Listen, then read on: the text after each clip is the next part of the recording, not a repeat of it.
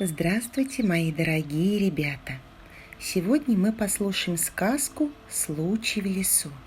Итак, книжка открывается, сказка начинается.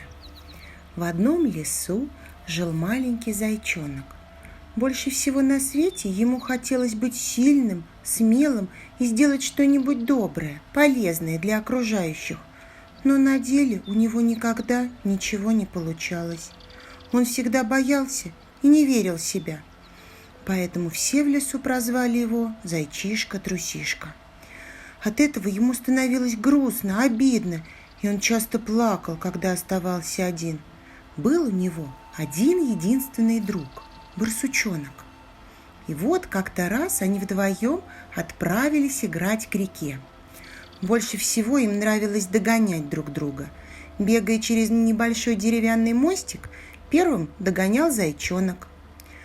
Барсучонок пробегал по мостику, и вдруг одна дощечка сломалась, и он упал в реку. Барсучонок не умел плавать и стал барахтаться в воде, прося о помощи.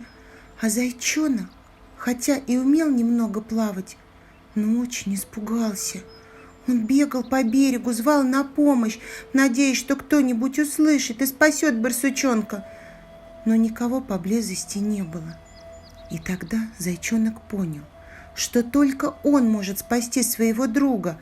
Он сказал себе: «Я ничего не боюсь, я умею плавать и спасу барсучонка».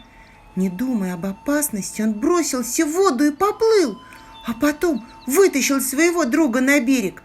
Барсучонок был спасен. Когда они вернулись домой и рассказали про случай на реке, никто сначала не мог поверить, что зайчонок спас своего друга. Но когда же звери убедились в этом, они стали хвалить зайчонка, говорить, какой он смелый и добрый, а потом устроили большой веселый праздник в его честь. И этот день для зайчонка стал самым счастливым.